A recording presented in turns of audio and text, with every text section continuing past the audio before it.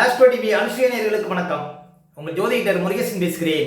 இன்றைய வீடியோவில் ரிஷபராசிக்காரர்களுக்கு இந்த ஜூலை மாதத்தில் என்னென்ன பலன்கள் நடக்க இருக்கிறது என்பதை பற்றி தான் இன்றைய வீடியோவில் நாம் பார்க்க இருக்கிறோம். தமிழுக்கு பராப வருடம் ஆணி மாதம் 17ஆம் தேதி முதல் ஆடி மாதம் 15ஆம் தேதி வரை, ஆங்கில தேதிக்கு ஜூலை 1ஆம் தேதி முதல் 31ஆம் தேதி வரை. ரிஷபராசிக்காரர்களுக்கு இந்த ஜூலை மாத கிரக நிலவரங்களை பார்த்தோமானால், ராசிக்குள்ள செவ்வாய், 2ஆம் இடத்துல சூரியன் புதன், 3ஆம் இடத்துல குரு, 4ஆம் இடத்துல சுக்கிரன் கேது, ராசிக்கு 10ஆம் இடத்துல ராகு, 11ஆம் இடத்துல சனி சஞ்சரிக்கிறார்கள். அதே போல இந்த மாத கிரக பயிற்சிகளை பார்த்தோம்னா, ஜூலை 4ஆம் தேதி பாருங்க, உங்க ராசிக்கு அதிபதி சுக்கிரன் ராசிக்கு 4ஆம் இடத்துல அமர இருக்கிறார்.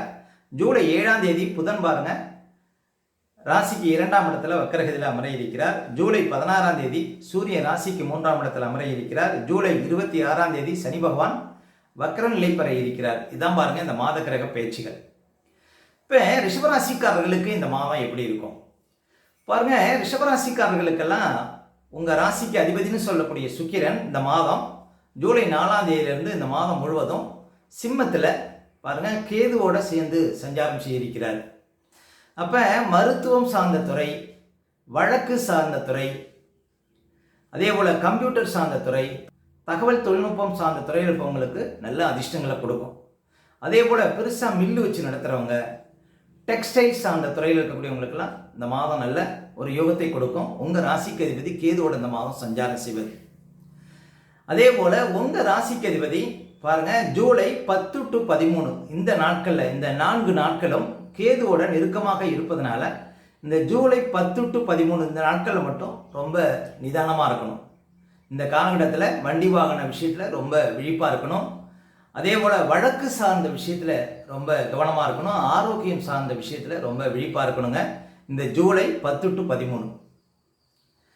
அதே போல் பாருங்க, இந்த மாதம் செவ்வாய் ராசிக்குள்ளே இருக்கிறார்.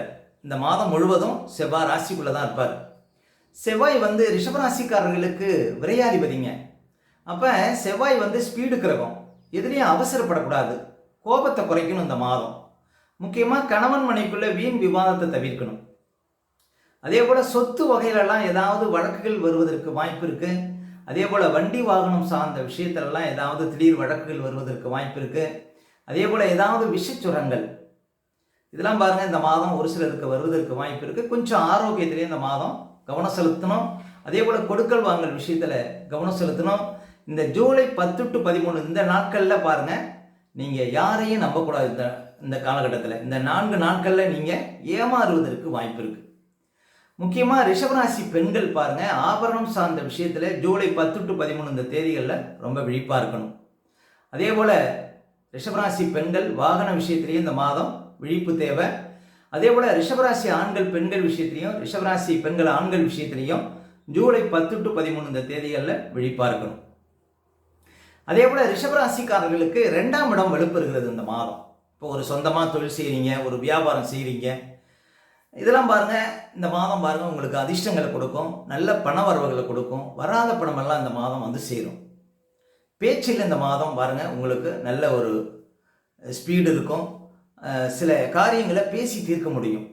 ஏன் அப்படின்னா இந்த மாதம் உங்களுக்கு 2ஆம் இடம் பலம் பெறுகிறது அப்படின்னு சொல்லலாம். அப்போ 2ஆம் இடம் பலம் பெறுவதனால இந்த மாதம் பணப்புழக்கம் அதிகரிக்கும் ரிஷபராசிக்காரர்களுக்கு. அதே போல் சூரியனும் பாருங்க 2ஆம் இடத்துல இருக்கிறார். சூரியன் புதனோட இருப்பதனால உங்களுக்கு சூரியனால அதிர்ஷ்டங்கள் ஏற்படும். அப்போ பேச்சில் ஒரு கம்பீரம், பேச்சில் ஒரு பாருங்க ஒரு யோகம் உங்களுக்கு கிடைக்கும். பேச்சினால சில காரியத்தை நீங்கள் சாதிப்பீங்க அப்படின்னு சொல்லலாம். உங்கள் பேச்சுக்கு மற்றவங்க மரியாதை கொடுப்பாங்க அப்படின்னு சொல்லாங்க. 2ஆம் இடத்துல சூரியன் புதன். அதே சூரியன் 3ஆம் இடத்துக்கும் போகிறார் இந்த மாதம்.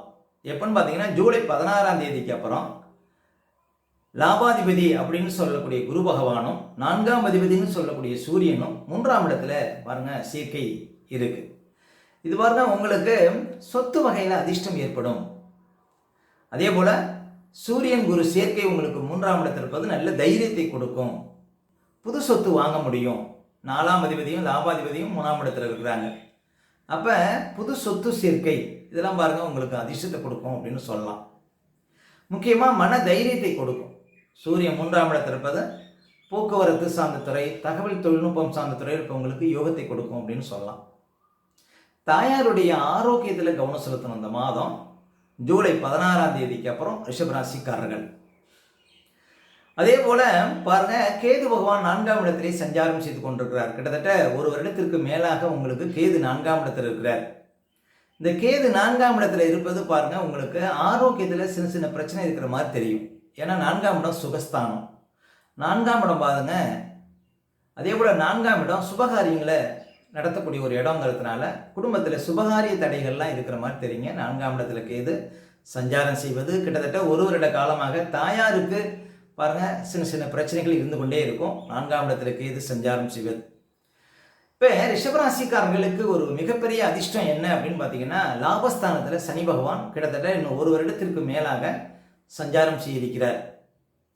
ரிஷபராசிக்காரர்களுக்கு யோகத்தை கொடுக்கக்கூடியவர், ரிஷபராசிக்காரர்களுக்கு முதல் தர யோகாதிபதி அப்படின்னா சனி பகவான் தான். அவருடைய பார்வையும் உங்கள் ராசிக்கு விழுந்து கொண்டிருக்கிறது. அப்போ உழைப்பால் உயர்வு கிடைக்கும், மிகப்பெரிய பதவிகள் தேடி வரும்.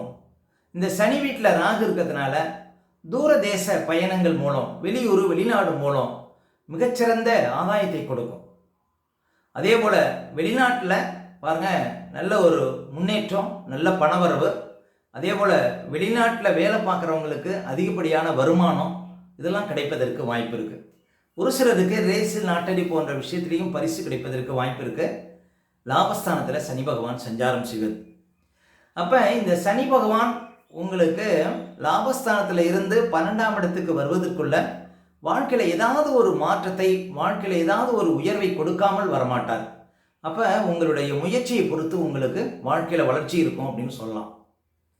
ரிஷபராசிக்காரர்களுக்கு சனி பகவான் 9க்கும் 10க்கும் உடைய தர்ம கர்மாதிபதிங்க. அவர் லாபஸ்தானத்தில் இருக்கிறார். அப்போ 10ஆம் அதிபதி லாபஸ்தானம் ஏறி இருக்கிறார் அப்படிங்கும்பொழுது உங்களுக்கு தொழில் ரீதியாக, உத்தியோக ரீதியாக நல்ல ஒரு வளர்ச்சி கிடைக்கும். உயர்ந்த பதவிகள் தேடி வரும், புதிய பொறுப்புகள் தேடி வரும், வேலை இல்லாதவர்களுக்கு வேலை கிடைக்கும். அந்த சனி பகவானை இப்போ குரு பகவான் பார்வையிடுகிறார். சனி அமர்ந்த வீட்டுக்குடைய குரு உச்சநிலையில் இருக்கிறார் 3ஆம் இடத்துல. அப்போ உங்களுக்கு உத்தியோக ரீதியாக, தொழில் ரீதியாக பாருங்கள் உங்களுக்கு நல்ல ஒரு மாற்றம் உண்டு. அதே போல் ரிஷபராசிக்காரர்களுக்கு இப்போ ஒரு சொந்தமாக தொழில் செய்கிறீங்க, வேறு கிளைகள் ஏதாவது ஆரம்பிக்கணும் அப்படின்னாலும் ஆரம்பிக்கலாம். நீங்கள் ஒரு வியாபாரம் பண்ணுறீங்க, இன்னொரு இடத்துல புதுசாக ஏதாவது ஒரு கடை திறக்கணும் அப்படின்னாலும் திறக்கலாங்க. இந்த 11ஆம் இடத்துல சனி சஞ்சாரம் செய்யும்போது 2-3 வழிகளில், கிட்டத்தட்ட ஒரு 4-5 வழிகளில் கூட உங்களுக்கு வருமானம் கிடைக்கக்கூடிய வாய்ப்புகள் உண்டு. அது உங்களுடைய முயற்சியை பொறுத்து இருக்கு. அப்போ சனி பகவான் லாபஸ்தானத்தில் இருக்கக்கூடியவங்களுக்கு எல்லாமே பாருங்கள், ரிஷபராசிக்காரர்களுக்கு தொழில் மூலம், வியாபாரத்தின் மூலம், சொந்த தொழில் மூலம் நல்ல ஒரு வளர்ச்சி உண்டு. முக்கியமாக உத்தியோக ரீதியாக பாருங்கள் ஒரு பெரிய மாற்றம் உங்களுக்கு கிடைக்கும் அப்படின்னு சொல்லலாம். இந்த 11ஆம் இடத்துல சனி சஞ்சாரம் செய்வது மொத்தத்தில் ரிஷபராசிக்காரர்களுக்கு இந்த சனி பகவான் தான் பாருங்கள் பெரிய உயர்வை கொடுக்க போகிறார். மேலே இந்த மாதம் செவ்வாய் ராசிக்குள்ளே இருப்பதனால ஒரு அவசரம், கோபம் இதெல்லாம் ஆகாதுங்க. கரண்டு சார்ந்த விஷயத்தில் கவனமாக இருக்கணும். வண்டி வாகனத்தில் செல்லும்போது விழிப்பு தேவை. மிதமான வேகத்தில் இந்த மாதம் வண்டி வாகனத்தை இயக்குவது நல்லது. இந்த ஜூலை 10 to 13 இந்த தேதிகளில் ரொம்ப விழிப்பாக இருக்கணுங்க ரிஷபராசிக்காரர்கள்.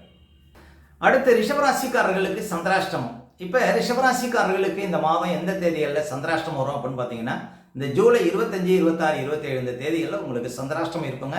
இந்த தேதிகளில் மட்டும் கொஞ்சம் கவனமாக இருக்கணும். சந்திராஷ்டம தினங்களில் தான் நம்முடைய உடல்காரகன், மனோகாரகன் என்று சொல்லக்கூடிய சந்திரன் 8ல் மறையும் பொழுது நம்ம உடல் ரீதியாகவும் மன ரீதியாகவும் அந்த நாட்களில் பாதிப்படைவோம். அந்த நாட்களில் தாங்க இந்த பதட்டம், படபடப்பு, தெளிவில்லாத நிலை, மனக்குழப்பம் இதெல்லாம் கொடுக்கும். அதனால தான் சந்திராஷ்டம தினங்களில் புது முயற்சிகளை தவிர்க்கணும். அதே போல் வண்டி வாகனத்தில் செல்லும்போது பாதுகாப்பு கவசங்கள்லாம் கண்டிப்பாக அணியணுங்க. மற்றவங்கிட்ட பேசும்போதெல்லாம் ரொம்ப நிதானமாக பேச வேண்டிய நாள் பார்த்தீங்கன்னா இந்த சந்திராஷ்டம தினங்கள். அதனால் சந்திராஷ்டம தினங்களே அனுசரியுங்கள், வாழ்க்கையில் வளம் பெறுங்கள். அதே போல் ரிஷபராசிக்காரர்களுக்கு இந்த மாதம் எந்த தேதிகளில் பணப்புழக்கம் ரொம்ப சிறப்பாக இருக்கும் அப்படின்னு பார்த்தீங்கன்னா, இந்த ஜூலை 4, 5, 6, 7, 8, ஜூலை 11, 12, அதே போல் ஜூலை 15, 16, ஜூலை 21, 22, 23, 24 இந்த தேதிகளில் நிறைய பணப்புழக்கத்தை பார்க்க முடியும் ரிஷபராசிக்காரர்கள். மேலும் உங்களுடைய சுய ஜாதகத்தை நீங்கள் பார்க்கணும் அப்படின்னா திரையில தெரியக்கூடிய நம்பருக்கு கான்டாக்ட் பண்ணுங்கள். உங்களுடைய பிள்ளைகளுக்கு புதுசாக ஜாதகம் எழுதணும் அப்படின்னாலும் இந்த நம்பருக்கு கான்டாக்ட் பண்ணுங்கள். ஓகே, இந்த வீடியோ பிடிச்சிருந்தா ஒரு லைக் கொடுங்க. உங்கள் கருத்துக்களையும் கேள்விகளையும் கமெண்ட்ஸில் பதிவிடுங்க. ஏன்னா நம்ம பல வீடியோ கொடுக்க இருக்கிறோம். நம்ம சேனலை சப்ஸ்கிரைப் பண்ணுங்கள். பக்கத்தில் வர பெல் சிம்பலையும் கிளிக் பண்ணுங்கள். நன்றி, வணக்கம்.